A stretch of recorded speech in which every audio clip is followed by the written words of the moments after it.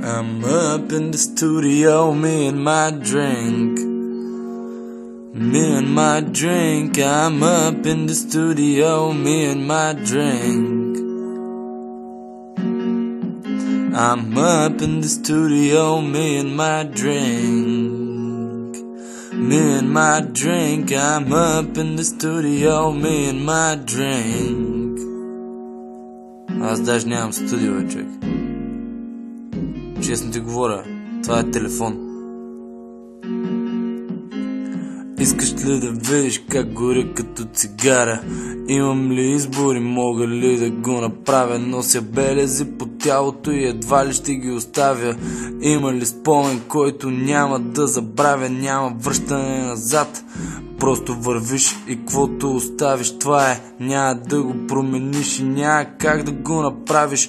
То си остава като мастилото, което хвърлям върху листа с химикала. Пъзела в главата ми се разглобява всеки ден. На другия съм длъжен отново да е подреден. Вечер ставам и паля, сутринта лягам и пак и въобще не ми пука какъв съм за тебе, бе брат.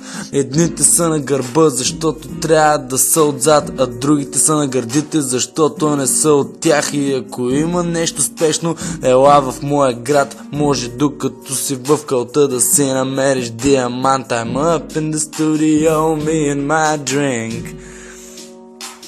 Me and my drink. I'm up in the studio, me and my drink.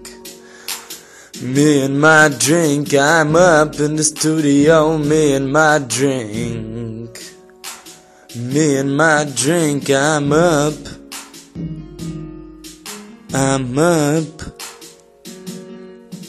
I'm up in the studio, me and my drink. И не върви да дойдеш да се правиш на вървежен господин. Секундите само стоим и броим. Ко стана момчета да паля ли още един?